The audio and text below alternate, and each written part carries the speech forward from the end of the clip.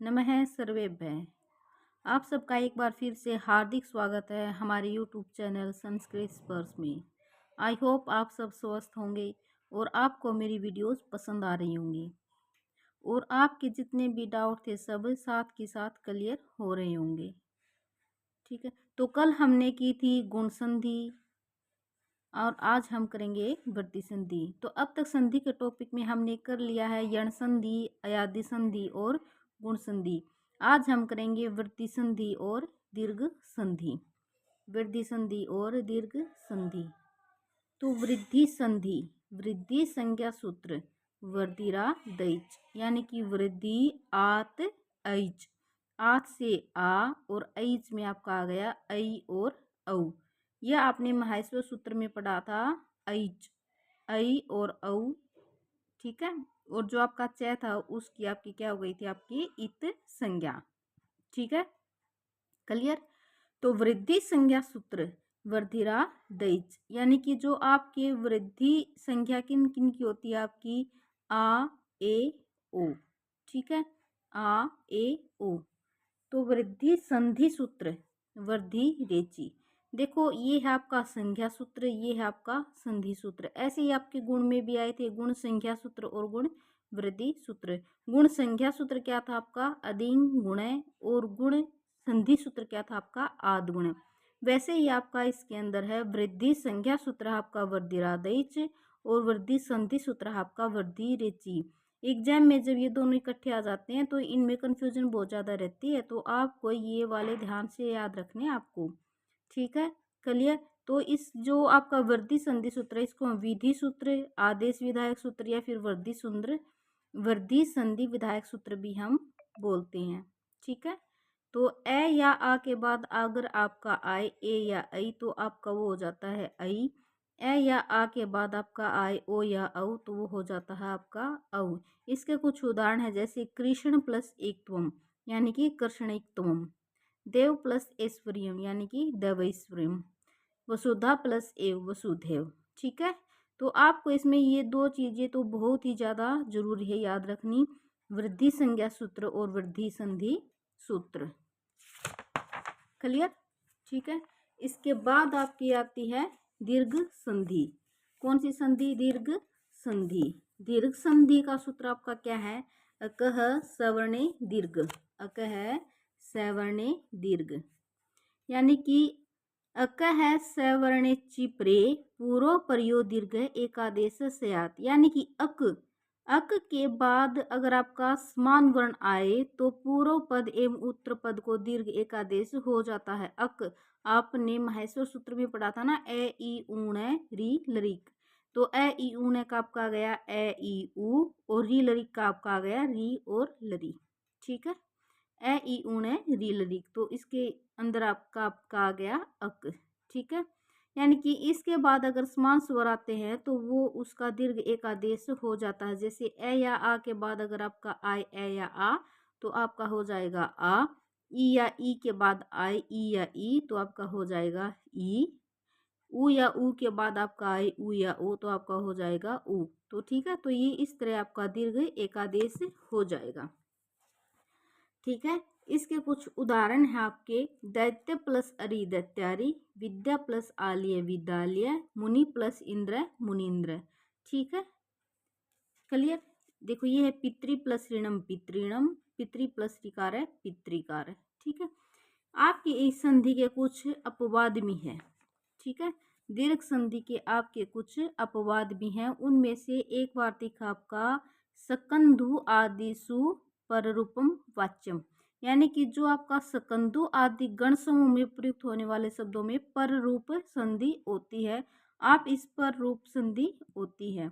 इसमें अंतिम अच की अचोन्त्यादि टी सूत्र से टी संज्ञा होकर लोप हो जाता है और यह टी संज्ञा व्यंजन वर्ण सहित पदांत के अंतिम अच की होती है। आपने संख्या प्रकरण में आपने टी सूत्र पढ़ा था, यानी कि जो आपका अंतिम अच होता है, अंतिम अच होता है उसका लोप हो जाता है। अगर उस अच के बाद आपका कोई व्यंजन वर्ण हो तो उसका तो अपने आप ही लोप हो जाता है। ठीक है, क्लियर यहाँ तक। ये आपके दीर्घ संधि के अपवाद हैं, यानी कि सक प्लस अंधु सकंधु, तो इसके अंदर आपकी टी संज्ञा किसकी हुई, इसके अंदर आपका लास्ट एच कौन सा है, कै के अंदर क्या है आपका ए, तो इसके अंदर ए की आपकी क्या हुई है टी संज्ञा, क्या हुई आपकी टी संज्ञा। देखो अगर हम इसकी टी संज्ञा नहीं करते हैं और यहाँ पे सकंदु ये वाला नहीं आता तो ए प्लस ए आपका क्या हो जाता है आ, जो कि आपकी दीर्घ हो जाती, लेकिन ये इसका दीर्घ संधि का क्या है अपवाद है, तो इसके अंदर जो ए है उसकी हो गई टी संज्ञा। ठीक है, तो कै आपका हो गया हलंत और इसके बाद आ गया ए, कै हलंत प्लस ए आपका क्या बन गया कै। ठीक है, सक प्लस अंधु सकंधु, कर प्लस अंधु करकंधु। ठीक है, इस टाइप से आपके ये हो जाएंगे। सीमन प्लस अंत, देखो इसके अंदर आपकी टी संज्ञा किसकी हुई है, इसके अंदर लास्ट अच स्वर कौन सा है आपका, अच कौन सा है, मैं के अंदर ए है आपका और इसके बाद आपका क्या आ गया व्यंजन वर्ण, तो इसके अंदर आपकी टी संज्ञा किसकी हुई है अन की। ठीक है, इसके अंदर हुई आपकी अस की। ठीक है, तो इस तरह ये आपके दीर्घ संधि का अपवाद है। क्लियर, क्लियर यहाँ तक। इसके बाद आपकी आती है पूर्व रूप संधि। देखिए एग्जाम में एक पूर्व रूप संधि और एक पर रूप संधि, इनमें बहुत ही ज़्यादा कन्फ्यूजन होती है बच्चों को, और इनके सूत्र में भी ये तो एग्जाम में आते ही आती हैं।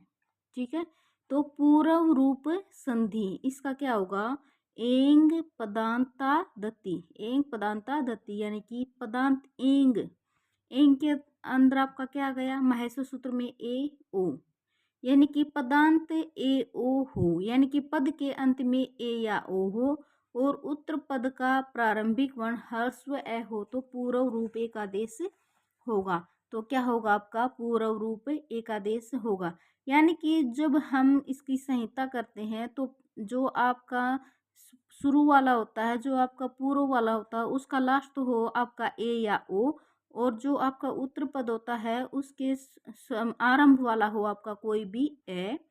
ठीक है, ए या ओ के बाद ए आए तो इसके अंदर आपका ये अवग्रह चिन्ह का प्रयोग होगा, ए के स्थान पर ए अवग्रह का चिन्ह, ओ अवग्रह का चिन्ह। पूर्व रूप संधि इनको आपको याद रखना ही रखना है। देखो एंग पदांता दत्ती, ठीक है, एंग पदांता दत्ती ये आपका पूर्व संधि का पूर्व रूप संधि का सूत्र है।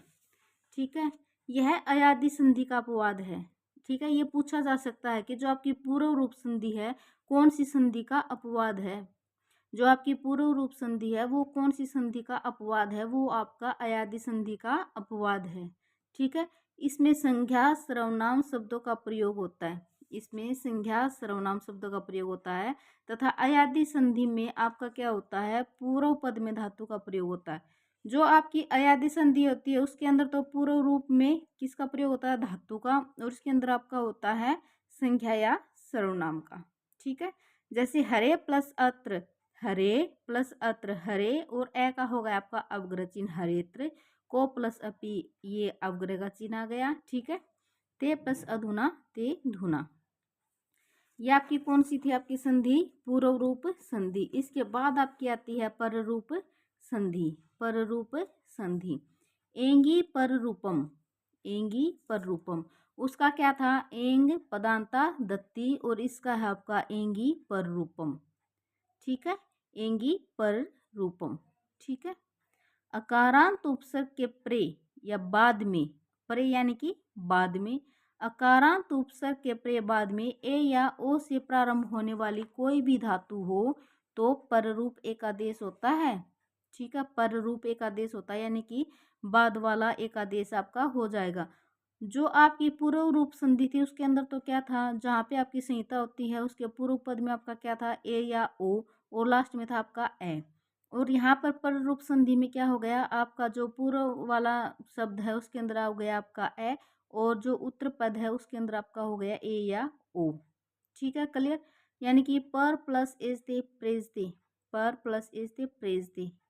ठीक है, यहाँ पे क्या आ गया ए और यहाँ पे आया ए, तो उसके अंदर आपका क्या था यहाँ पे ए होता यहाँ पर ए होता। ठीक है, पर प्लस औषधि प्रोषधि, उप प्लस एस दे उपेश दे, उप प्लस औषधि उपोषधि, इनमें बहुत ज़्यादा कन्फ्यूजन होती है, इनको आपको ध्यान से करना है एकदम ध्यान से। ठीक है, इसका कुछ नियम है आपके शरीर के अंगवाची शब्दों में भी विकल्प से ओ ओत वो अष्टियो समास्य वा, ओत वो अष्टियो समास्य वा, यहाँ पे ये ओष्टियो है। क्या है ये यहाँ पे आपका ओष्ठ यो, ठीक है। ओत वोष्ट यो समास से वार्तिक रूप से पर रूप संधि होती है। ओष्ठ शब्द के योग में यदि समास का अभाव हो रहा है तो पररूप संधि होती है, जैसे बिम प्लस ओष्ठम बिंबोष्ठम, अद्र प्लस ओष्ठम अद्रोष्ठम, ठीक है। तो यानी कि इस प्रकार ओष्ठ शब्द में पररूप और वर्धी दोनों संधियां होती हैं। तो इसमें आप कौन सी संधि लेंगे? आप पररूप संधि लेंगे। कौन सी संधि लेंगे आप? पररूप संधि लेंगे, ठीक है। तो ये नियम एक आपका क्लियर हो गया, हो गया नियम एक क्लियर। तो नेक्स्ट है आपका नियम दो। नियम दो, यदि देखो ये जो आपके छोटे छोटे नियम हैं ये बहुत ही ज़्यादा इम्पोर्टेंट है। कुछ नियम है, कुछ वार्तिक है, ठीक है। वो उसका अपवाद है, ये उसका अपवाद है, तो इनको ध्यान रखना बहुत ज़रूरी है। देखो आप एक दो बार देखोगे ना इनको तो आपको क्लियर हो जाएंगे। एग्जाम में इन्हीं में से पूछा जाता है, क्लियर, इन्हीं में से पूछा जाता है एग्जाम में। यदि उत्तर पद में ओम या आंग शब्द हो तो पूर्व पद के अंत में ए या आ वर्ण हो तो पर रूप एकादेश होता है। यह स्थिति ओमांगोष्ठ सूत्र से होती है, ओमांगोष्ठ सूत्र से होती है, ठीक है। इनके पदांत की अचोन्त्यादि टी सूत्र से टी संज्ञा होकर लोप हो जाता है। अब आपको पता चल ही गया होगा कि हमने संज्ञा प्रकरण पहले क्यों किया। अगर हम पहले सीधी संधि कर दे तो आपको यही समझ में नहीं आता कि अचोन्त्यादि टी होता क्या है। अगर हम हास्य सूत्र नहीं करते तो आपको अच अक लरिक इनका पता ही नहीं चलता, ठीक है, क्लियर। तो जैसे शिवाय प्लस ओम शिवायोम, देखो यहाँ पे क्या है, यह में आपका क्या है ए है ना आपका, तो ए का आपका हो गया आपका लोप, तो यहाँ पे आया हलंत और लास्ट में आपका ओ, तो हलंत प्लस ओ तो क्या बन गया आपका शिवायोम, ठीक है। कदा प्लस आम या आंग कदाम या कदांग, शिव प्लस ओम शिवोम, तदा प्लस ओम तदोम, क्लियर। तो पर रूप संधि वृद्धि संधि के अपवाद में प्रयुक्त होती है। जो आपकी पूर्व रूप संधि थी वो किसके अपवाद में प्रयुक्त हुई थी? जो आपकी पूर्व रूप संधि है वो तो हुई थी आपकी अयादि के, ठीक है। अयादि संधि का अपवाद था पूर्व रूप, और जो आपका पर रूप है वो कौन सी संधि का अपवाद? आपका वृद्धि संधि का, ठीक है। इनको भी ध्यान रखना बहुत जरूरी है, ठीक है। अतः वृद्धि रेचि सूत्र का अपवाद क्या होगा आपका? एंगी पर रूपम, एंगी पर रूपम, ठीक है। नेक्स्ट है आपका अवंगादेश, यानी कि कहीं कहीं पर भी इसमें आपका अवंग आ जाता है तो उसके लिए होता है आपका अवंग आदेश। इस आदेश प्रक्रिया में विकल्प का प्रयोग होता है, जैसे सर्वत्र विभाषा गो, आपने ये वाले तो एग्जाम में देखे ही होंगे, ठीक है। अगर जिसने कर नहीं रखे हैं तो वो तो ये समझे कि ये क्या चीज़ है, ठीक है। तो इनको करना बहुत जरूरी है। पद के अंत में गो शब्द हो और उत्तर पद के प्रारंभ में ह्रस्व ए हो तो विकल्प से अवंग आदेश हो जाता है। यानी कि गो शब्द हो और जो आपके प्रारंभ उत्तर पद के प्रारंभ में ह्रस्व ए हो तो विकल्प से अवंग आदेश हो जाता है। जैसे गो प्लस अग्रम, ग प्लस ओ प्लस अग्रम, तो इसमें अंदर आपका क्या आ गया? अवंग आदेश आ गया। तो गव प्लस अग्रम तो आपका क्या बन गया? आपका गुवाग्रम। तो यहाँ पर अवंग आदेश आया और फिर आया आपका दीर्घ हो गया ये, तो ये क्या बन गया? आपका गुवाग्रम। जैसे गो प्लस अग्रम, देखो इसके अंदर तो आपका आया अवंग आदेश। नेक्स्ट है आपका गो प्लस अग्रम, गो प्लस अग्रम ये होगी आपकी पूर्व रूप संधि। आपने पढ़ा था ना, शुरू में ओ हो और बाद में ए हो तो ए का आपका उग्र चिन्ह हो जाता है, ठीक है। गो प्लस अग्रम पूर्व रूप, गो प्लस अग्रम अगर एज इट इज आ जाता है तो आपकी कौन सी संधि होती है? आपकी प्रकृति भाव संधि। प्रकृति भाव संधि को अभी इसके जस्ट आगे ही पढ़ोगे आप, ठीक है। जैसे गो प्लस अधुना, अगर गवाधुना आया तो आपका इसके अंदर आपका आया अवंगादेश, और गो प्लस अधुना अब ग्रह चिन्ह आया तो आपका हुआ आपका पूर्व रूप संधि। गो प्लस अधुना तो गो अधुना एज इट इज आया तो आपका हुआ प्रकृति भाव, क्या हुआ? आपका प्रकृति भाव। अब आपका अवंग सफोटायन से, यानी कि पदांत में गो शब्द हो और उत्तर पद के प्रारंभ में कोई भी शब्द हो तो अवंग आदेश होता है। जैसे गो प्लस एसना तो क्या हुआ? आपका गवेषणा। अगर आपका अवंग आदेश नहीं हुआ तो ये क्या बनेगा? आपका गवेषणा, ओ प्लस ए आई, ठीक है। तो क्या बनेगा? आपका गवेषणा। देखो गो प्लस एसना ग ओ प्लस ए, यहाँ पे आपका हुआ अव यानी कि ए चो यवा यावसी, ठीक है। और यहाँ पे आपका आ गया अवंगादेश, ये अलग अलग बता रखी है। अगर इस टाइप से करोगे तो ये आपकी होगी अयादी संधि। अगर गो प्लस एषणा गवेषणा हुआ तो हुई आपकी अयादी संधि। और गवैषणा अगर ऐ आया तो आपका होगा अवंग वाला। ठीक है। गो प्लस एषणा अगर आपका हुआ गवेषणा, इनको ध्यान से देखना आप। गो प्लस एषणा आपका हुआ गवेषणा, तो ये आपकी हुई अयादी संधि। और गौ प्लस एषणा आपका हुआ गवैषणा, तो ये हुई आपका अवंग और वृद्धि संधि। इसी तरह से आपका गो प्लस ईहा गबीहा हुआ तो अयादी, और गबेहा हुआ तो आपका अवंग। ठीक है। गो प्लस इच्छा गविच्छा हुआ तो अयादी, और गवेच्छा हुआ तो अवंग के साथ आपकी गुण संधि। क्लियर यहाँ पर? क्लियर है? तो इसके बाद आपका आता है इंद्रेचय, यानी कि गो शब्द के बाद में इंद्र शब्द हो तो इसके अंदर नित्य रूप से अवंग आदेश होगा। नित्य रूप से, तो अगर गो के बाद अगर आपका इंद्र शब्द है तो इसके रूप से निश्चित रूप से ही आपका अवंग आदेश होगा। ऊपर वाले में क्या था, हो भी सकता है और नहीं भी हो सकता, लेकिन इसके अंदर आपका नित्य रूप से होगा। यानी कि गो प्लस इंद्र गवेंद्र अवंग आदेश हुआ इसके अंदर। ठीक है। क्लियर? इसी तरह से अगर आपका इंद्र के बाद में अगर आपका इंद्र के साथ साथ अगर आपका एक्स हो, अनरितम हो या फिर अदनी हो तो भी नित्य रूप से ही होगा। जैसे गो प्लस एक्स है गवाक्षय, गो प्लस अनरितम, ये जो अनुत्तम लिख रखा है ना, तो ये है आपका अनरितम। ठीक है। गो प्लस अनरितम गवानरितम, और गो प्लस अदनी गवादनी।